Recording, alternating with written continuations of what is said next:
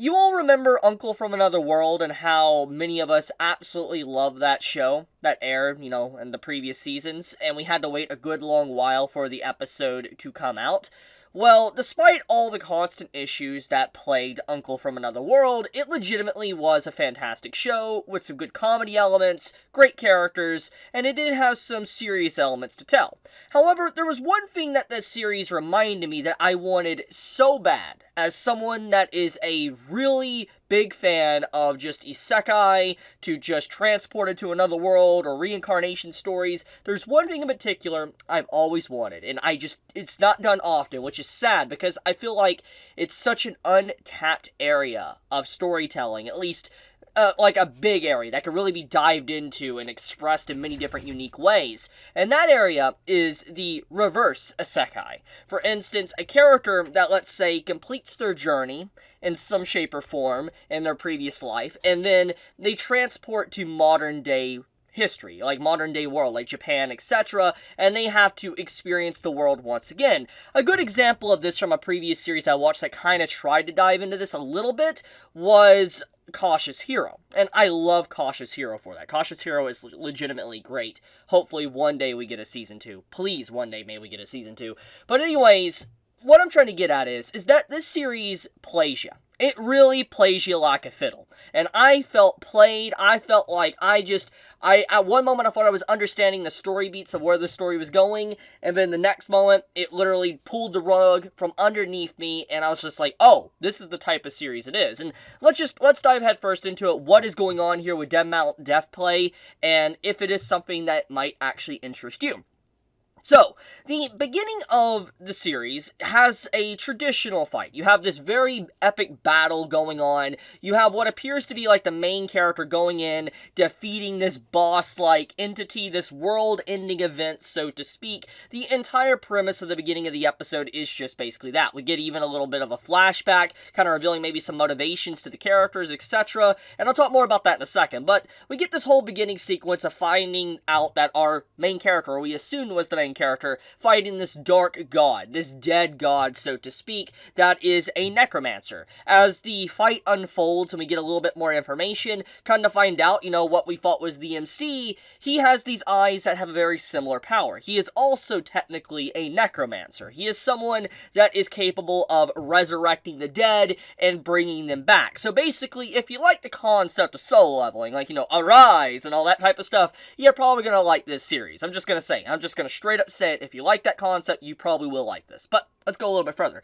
So as we get this, traditional, very generic beginning to the story, it's good, but it is very generic. I'm not gonna act like it ain't. We get a little bit of a twist. So as this is going on, this fight's going on, they're confronting each other, there's this clash between the two characters, basically what you could assume is the final boss of the world, so to speak, the end of the journey, what be the equivalent of, a Demon King, okay? The MC strikes him down, this giant explosion happens, and then in the next moment, our character wakes up, and he's in a new world. He is in modern-day Japan, in the middle of the city, and the character's like, where am I? What is this place? Etc. And we can quickly piece together from just the way the episode conveys it that he obviously wasn't born in modern day Japan. So he wasn't like a transported to another world character, reincarnated into another world character previously. He was someone that was born in that fantasy world. And upon his death with the clash with the final boss, you had it to where he was brought to this world. And it's like, okay, this is pretty fascinating. It gets a nice little twist to the typical, format and all that. This has been done before, obviously, but, most of the time it's taken in a very comedic way, and there isn't a lot of serious tones usually to this. And so, when I had this, I'm looking at the beginning of how, the beginning of the episode was with the serious nature of it, I was under the impression, okay, we're about to get a really serious series on this. So I was like, this is pretty freaking cool. And so, as things continue to go forward and all that, we get to find out the person that apparently killed the original soul that was in this body, which is this girl right here. She basically, we don't know the exact, backstory yet with this episode, but we can assume that, a hitman slash assassin was hired, which, aka her, to hunt after this dude right here, which, obviously died. You saw the mark on his neck. I literally showed it previously in the video. So the point is he died. And upon that kid's death, the soul from the other world transported into this body.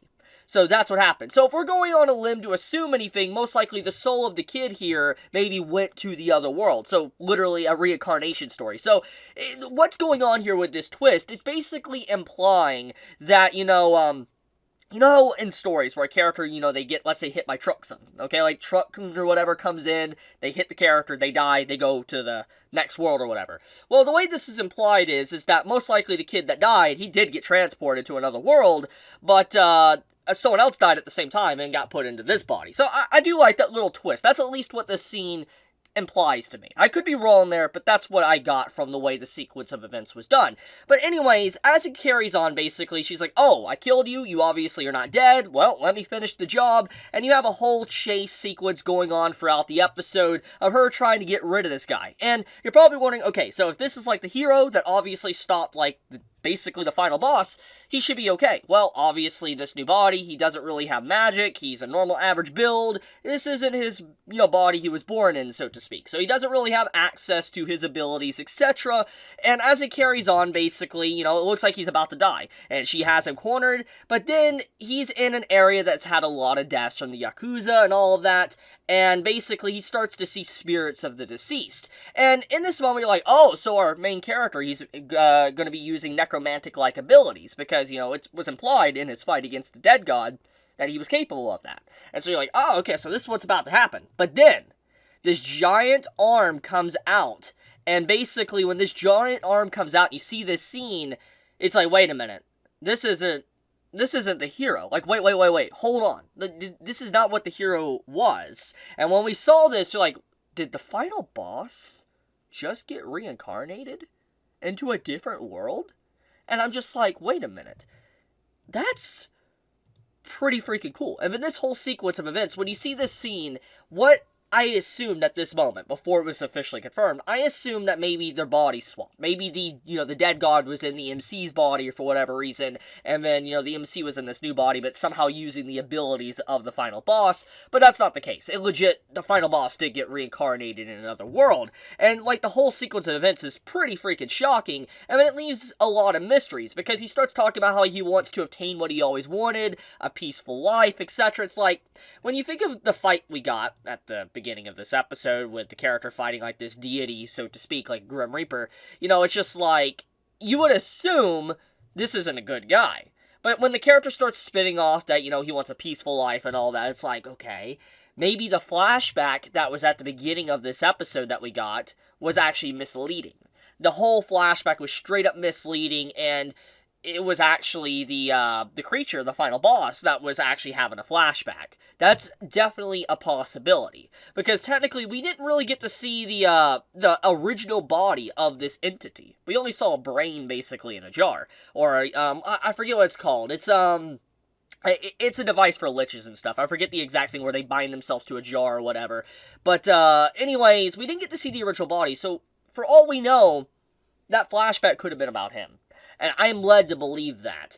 And if we're going on typical cliches, so to speak, of, like, churches within anime and manga, typically they're the bad guy. There's a misunderstanding, so to speak. So maybe what we thought was the villain was not necessarily really the villain, just fighting for his own goals, morally gray. Now, what's interesting is obviously the assassin girl, she dies. Yeah, we saw that. I showed it earlier. But at the ending sequence, after the credits, he didn't realize that he actually killed her in one shot, and it turns into a little brief comedic scene, literally in the final moments of the episode, as he shakes her around. It's like, oh, you're dead. Because I'm assuming what he imagined was that in the other world, a wound like that just you heal instantly, magic, etc. But obviously in this world, there is no magic, so there's no, like, guard or protection from that. So he's like, oh, I killed her. Now, I'm going to take an educated guess, and judging by just how this ending sequence is, and all, I'm assuming this is our opening song, we get to see her appear a few times in this, so I'm going to assume he's going to resurrect her. I mean, hell, he's a necromancer, so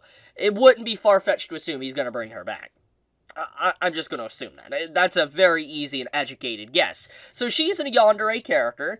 I do think that that's fascinating. It's been it's been a while since I think we've had an actual really good yandere character. So I'm looking forward to that one. It's been a while.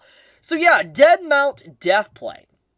It really shocked me because it's like, I figured the series would be different. I thought it was going to be a traditional fantasy at the beginning, and then all of a sudden it turned into a reverse isekai, but then all of a sudden it turned into a little bit more of a twist to finding out like the final boss was the new reincarnated in a world that doesn't have magic, so he could just run rampant, kind of like what Ainz does in Overlord. So it's really, really good. Like, I legit like this. Now, one other thing I do want to throw out there that you're unaware of, apparently the writer of this series that actually wrote this is the author of Baccano and Durarara. So, if you know about those two series, I mean, I've talked about them in the past, I've made videos on Durarara, then you'll instantly recognize some of the tone and vibes that this series gives off, especially when we get to these scenes. I'm like, it does seem very familiar, so to speak. So, yeah, that's another little fun fact, if you're unaware of it.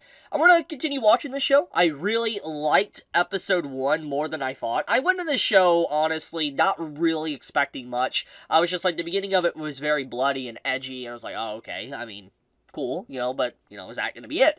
But then, it did some things that really had a good first impressions, and I will definitely stick around to seeing where this series is going to go. So, I'm going to leave it at that. Thank you so much for watching. If you enjoy my content, please subscribe. It does help me out a lot. And with that, be safe, stay healthy. Chibi out.